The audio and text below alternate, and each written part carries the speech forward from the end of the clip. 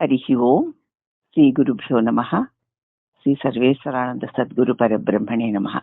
శ్రీ స్వామివారి బోధామృతంలో స్వామివారు ఇలా చెప్తున్నారు.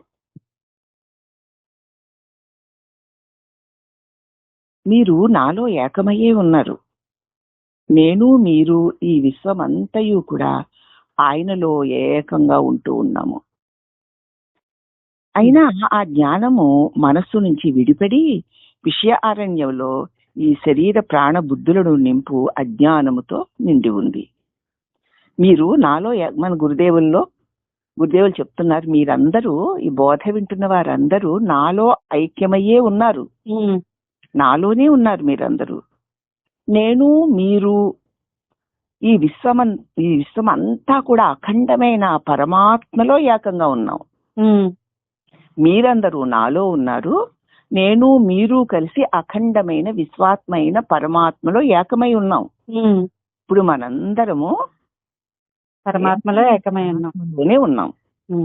అయినా ఆ జ్ఞానము మనస్సు నుండి విడిపోయి విషయ అరణ్యంలో ఈ శరీర ప్రాణబుద్ధ్యాదులు నింపుతున్నటువంటి అజ్ఞానము నిలిచిపోతుంది. తెలుసు, కానీ మన మనసు ఏమైపోయింది? ఆ జ్ఞానంలోంచి విడిపడి నేనంటూ ప్రత్యేక వ్యక్తిగా ఈ విషయ అరణ్యంలో శరీర ప్రాణ బుద్ధులతో ఈ విషయాలన్నిటినీ నింపుకొని అజ్ఞానముగా ఉంది మన మనస్సు. అందుచేత ఏకమైన ఆ సద్వస్తువు యందు అనేకత్వమే లేదని ఉన్నది ఆ పరమాత్మేనేన్న నీ సత్య జ్ఞానం అయి నువ్వు ఉండగా నీ నుంచి నేను అనే ఒక అహం వృత్తి రూపమైన మనస్సు లేచి ఈ విషయ అరణ్యంలో శరీర ప్రాణాలతో ఈ విషయ ప్రపంచాన్ని నింపుకొని అజ్ఞానముతో ఉంది మన మనస్సు. మరి అయితే ఈ అజ్ఞానం పోవాలంటే చీకటి పోవడానికి దీపమే కావాలి, అజ్ఞానం పోవడానికి జ్ఞానమే కావాలి. అజ్ఞానం చేతనే మనకి ఈ భేద దృష్టి కలిగింది.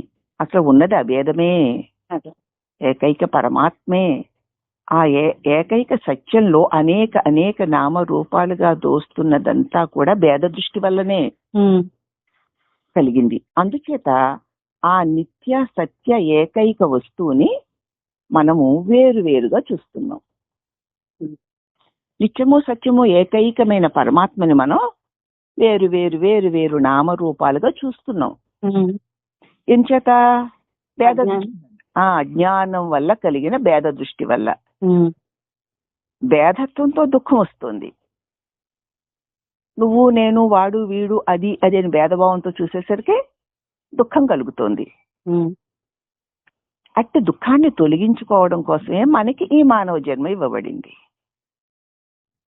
అంతేకాని విషయాధికముల యొక్క సేవనము కాదు అని విద్యులు తెలుసుకున్నారు. అందుకు విషయాల యొక్క అనుభవాలలో పడి దొరలడం కోసం కాదు మానవ జన్మ.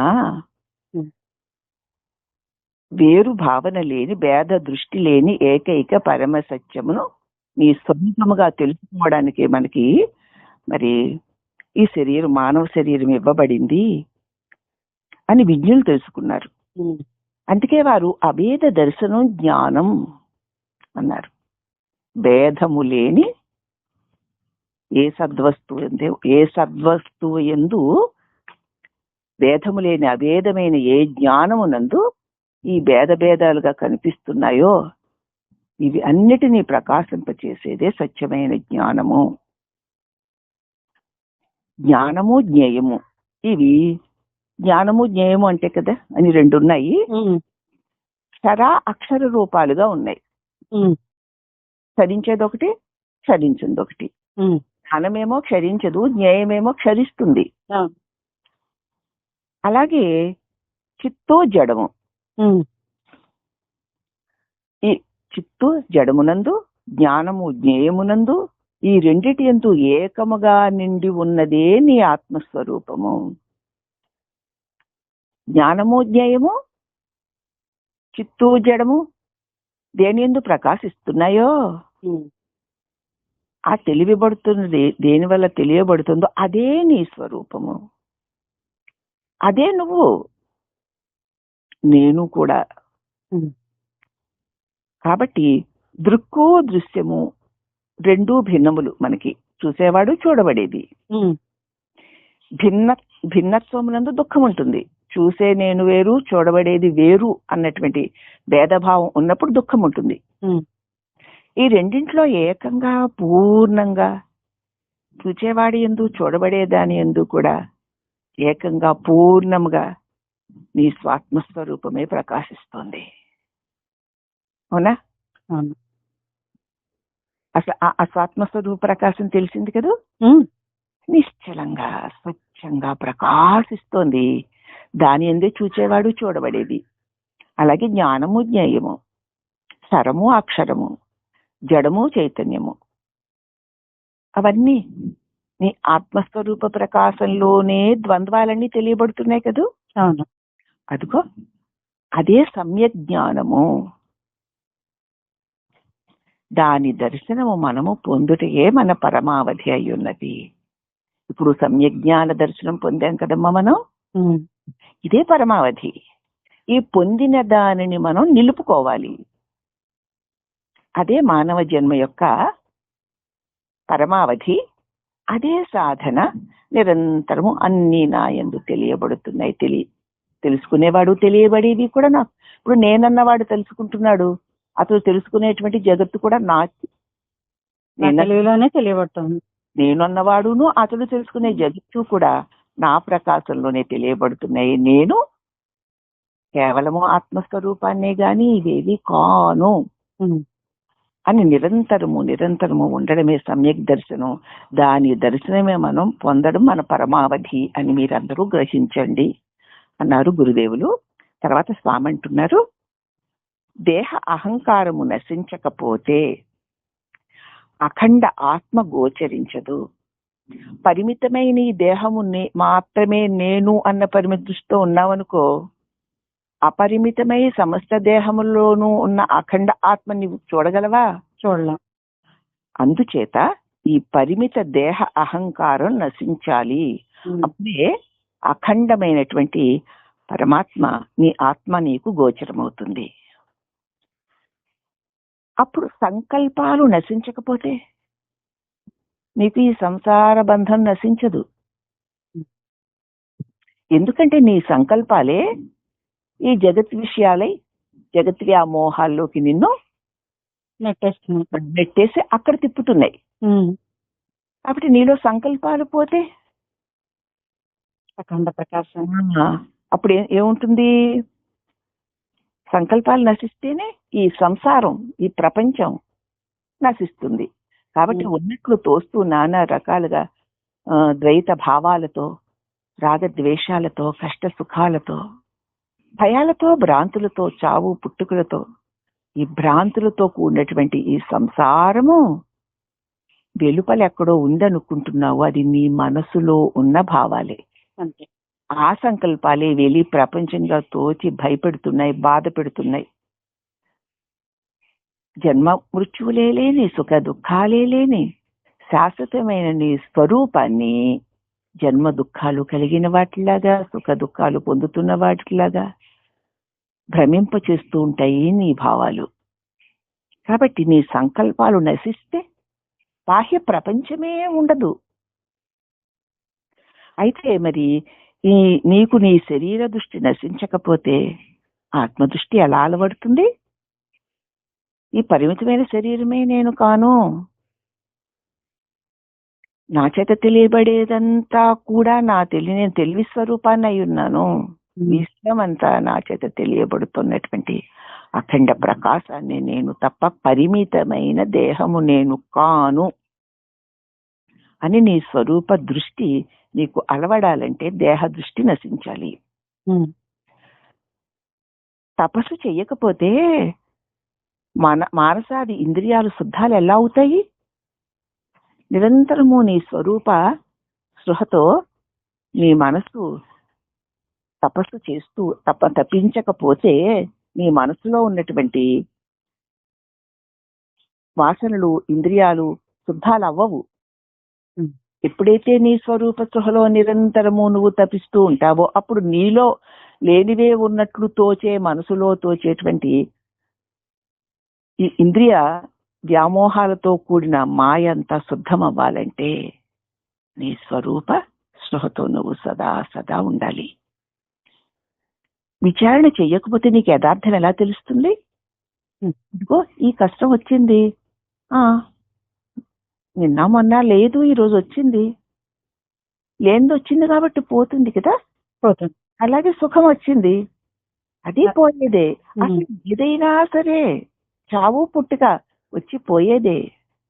ఇవన్నీ పోయేవే, ఇవేవి శాశ్వతాలు కావు అని ఏది వచ్చినా ఏది తొలగినా అది తొలిగేదేనని, శాశ్వతమైనది ఏది లేదని, నిరంతర జీవితంలో జరుగుతున్న ప్రతి సంఘటనని ఇది సత్యం కాదు, ఉన్నట్టు తోస్తుందే గాని పోతుంది అన్న విచారణ దృష్టితో నువ్వు చూడకపోతే నీకు నీ నిజస్వరూపపు యథార్థం తెలియదు. దేహధనాది వస్తువులు, రాగద్వేషాది గుణాలు, స్తుతి నిందాది శబ్దాలు సాధారణంగా అనిత్యమైనవి అను విషయం మనకు తెలుసు.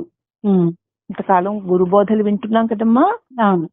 దేహము, ధనము, ఈ వస్తువులు, ఈ వాహనాలు, ఈ కాసేపు రాగాలు, కాసేపు ద్వేషాలు, అలాగే సత్వరజస్తమో గుణాలు, అలాగే నిందాస్థుతులు, ఇవన్నీ కూడా సాధారణంగా అనిత్యాలే అని మనకి తెలుసు.